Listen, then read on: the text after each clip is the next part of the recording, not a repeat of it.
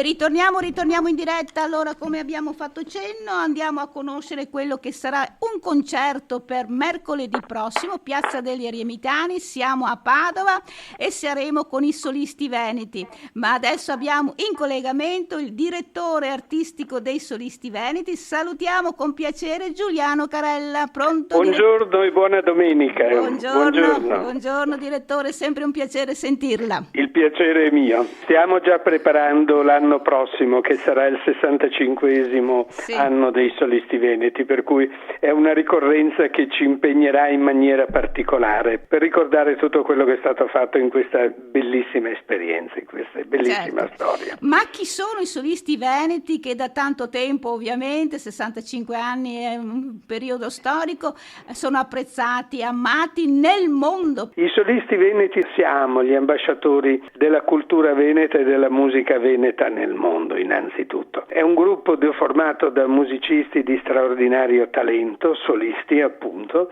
e il loro luogo di provenienza primo era appunto il Veneto. Adesso poi l'organico già ai tempi del maestro Scimone si era allargato a livello internazionale, c'erano dei membri giapponesi, il famosissimo Kazuki Sasaki, che ha fatto parte per un bellissimo periodo di storia dei Solisti Veneti, poi violista americana. Ecco. Il termine veneto per quanto riguarda i solisti a questo punto è riduttivo, ma continua a esaltare invece quella che è l'essenza e la storia del nostro gruppo. Allora andiamo al concerto di mercoledì, dove avremo anche degli ospiti straordinari. Citiamo Nicola Piovani, compositore, pianista, premio Oscar, veramente un personaggio. Sì, Nicola Piovani è naturalmente conosciuto da tutti per avere scritto e vinto il premio Oscar con quella straordinaria melodia che ha accompagnato Maurizio Benigni nel bellissimo film La vita è bella. E da allora Piovani naturalmente continua, ha scritto moltissime colonne sonore di grandissimo successo.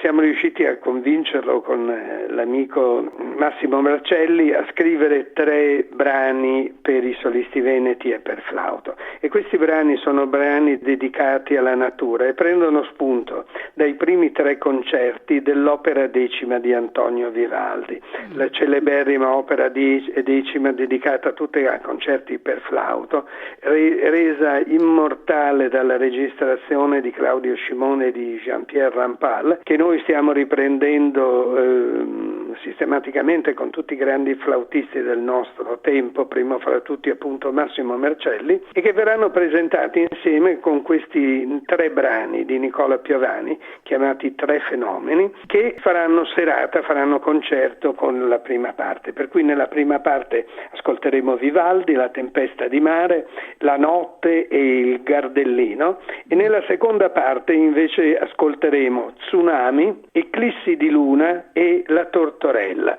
Naturalmente quello che è il rimando ai brani vivaldiani che vengono citati da Nicola Piovani come un esempio straordinario di modernità e di attualità rende la serata veramente molto interessante, anche perché tutto questo è dedicato alla natura, è dedicato alla terra, è dedicato a tutto quello di cui sfortunatamente troppo presto ci dimentichiamo, e questo vuole essere anche da questo punto di vista un richiamo a quello che è il nostro legame. Come definirlo? Certo, l'ambiente che oggi è un tema veramente che sentiamo tutti in modo particolare, e la musica Vivaldi ci riporta appunto a ricordare quanto sia importante il rispetto dell'ambiente, della natura, ovviamente è perfettamente. Questa natura che va amata e rispettata. È rispettata, esatto. E la collocazione del Festival del Castello, che anche quest'anno, l'anno scorso è stata un'esperienza veramente molto felice, e quest'anno la rinnoviamo con questo programma dedicato alla natura. Certo, ma andiamo un po' anche a quello che è l'impegno dei Solisti Veneti, oltre ovviamente ai concerti, perché i Solisti Veneti, ricordiamo, c'è il concorso internazionale dedicato ai giovani, e qui vedo un impegno straordinario come è stato precedentemente, siamo alla 4ª edizione. Allora, che finalità, direttore, questo concorso? Ma il concorso che è patrocinato, come lei sa, dal Rotary Club di Padova e dall'Inner Wheel, oltre che da noi, dai solisti veneti naturalmente, e dalla famiglia Pancolini in modo particolare, esempio di mecenatismo e di altruismo dedicato alla musica, alla cultura e all'arte. È un premio che sta andando molto bene, è un premio che ha laureato dei musicisti straordinari, primo fra tutti Giuseppe Gibboni, che un mese e mezzo dopo aver vinto il premio Scimone trionfò al premio Paganini di Genova, che è ultimo di un gruppo di 4 italiani nella storia del concorso Paganini, che è il concorso più importante a livello mondiale per il violino. Quindi un talento, l'abbiamo sentito, un talento veramente, certo, un talento incredibile. Bravissimo. E quello che il premio fa è appunto dare una possibilità di mettersi in luce a dei giovani ragazzi, a dei giovani musicisti di strumenti ad arco, con una dotazione di borse di studio veramente molto importante, molto interessante, che fa convergere su Padova alcuni dei talenti più importanti a livello internazionale, e questa è veramente un'iniziativa bellissima. Tra l'altro, parlando dei solisti veneti, mi preme ricordare che quest'anno, oltre a quelle che sono le nostre attività che fortunatamente stanno andando benissimo, c'è una presenza dell'estero che ritorna a essere molto importante. Noi quest'anno abbiamo fatto una tournée in Oman, siamo stati in Grecia a fare un concerto molto bello nel teatro della città, una struttura bellissima di Renzo Piano. Adesso andremo in Bulgaria al Festival di Varda, siamo ancora in Francia anche quest'anno, siamo stati in Portogallo a Lisbona, andremo a suonare all'Auditorium Nazionale Spagnolo di Madrid in novembre, quindi siamo felici di questo ritorno di un'attività internazionale molto importante che si era un po' calmata purtroppo per la pandemia e che invece adesso sta riprendendo con nuovo vigore. Certo, ma mi sembra che ci sia veramente un periodo d'oro, un risveglio per la lirica. Lei è veronese e quindi abbiamo assistito qualche settimana fa a quella che è stata l'inaugurazione, 180esima esecuzione della Ida. C'è stato veramente un coro di partecipazione. Non le sembra, direttore, almeno insomma dalla nostra visione, sembra che la lirica appunto sia più amata ancora, che sia un periodo d'oro? Poi ieri sera, non so, Piazza San Marco, ecco, con la nonna di Beethoven, è stata una cosa straordinaria. È un momento nel quale abbiamo bisogno di speranza e abbiamo bisogno di cultura, abbiamo bisogno di meditazione.